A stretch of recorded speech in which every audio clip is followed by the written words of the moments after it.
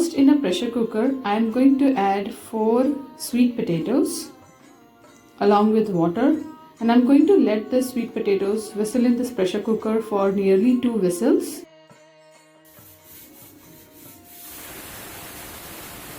Once the whistles are done, then I will let this pressure cooker cool down completely.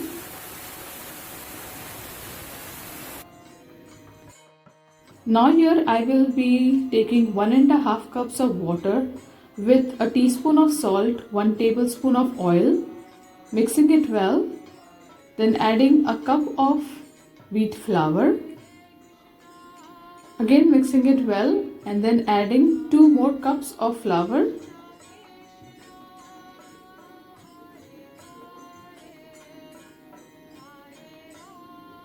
And then I will be kneading it again. You have to make a regular chapati dough. So once this entire kneading is done, then I will be adding another teaspoon of oil just for the smooth mixing of this dough. Once this dough is ready, then I will keep it aside for nearly 10 to 15 minutes. By this time, I will remove the sweet potato out in a plate. If you see, 2 whistles are enough for this sweet potatoes. So I'm going to put the sweet potatoes in cold water. Once it's cooled down a little bit, then I will be peeling off the sweet potato nicely.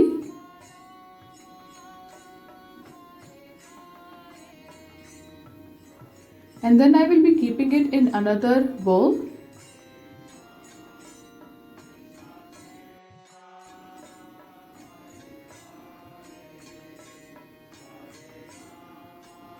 Make sure to remove the edges of the sweet potatoes and then place it on a plate and allow all of it to cool down under a fan for nearly 7 to 10 minutes.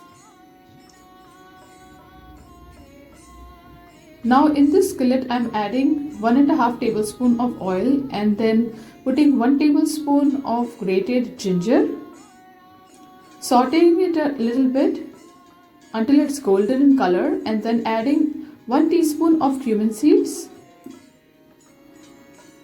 sauteing it again for a few seconds, and then I will be adding the sweet potato.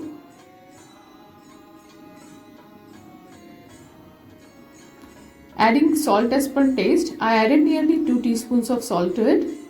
And then here I have nearly half cup of chopped coriander leaves and green chilies. I actually took nearly 4 chilies and I finely chopped them.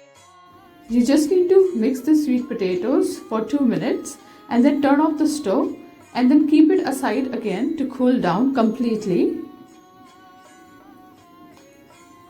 Now our dough is ready. Now I'm going to cut this dough into equal balls.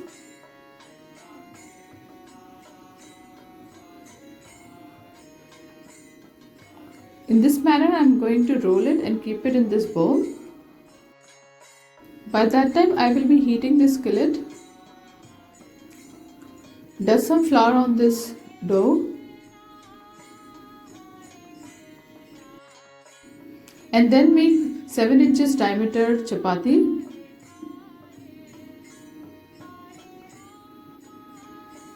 I'll be doing the same with the other one.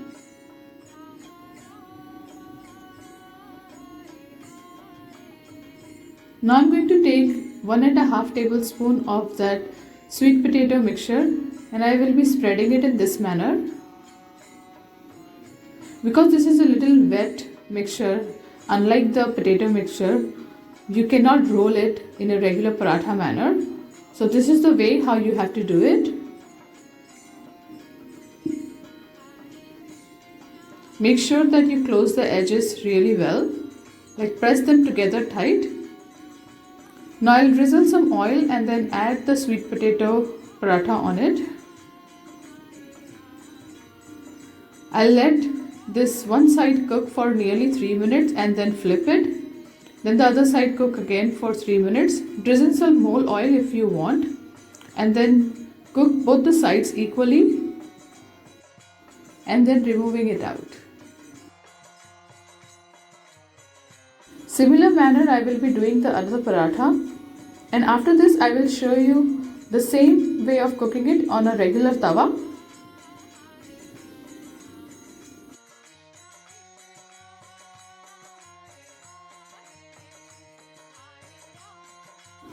Now I have again drizzled the oil on this heated tawa and then placing the paratha on it. Drizzling some more oil, just a teaspoon of oil, don't need too much oil, and then cooking each side for nearly 1 minute each. Make sure that the heat is between low to medium on a regular tawa.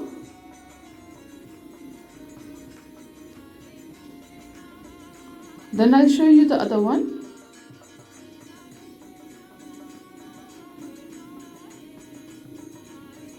This is how each and every hour parathas were done.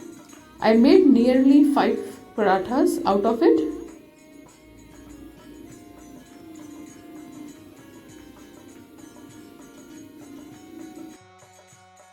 I'll show you now this one paratha, how it looks from inside. I really like the color of this parathas.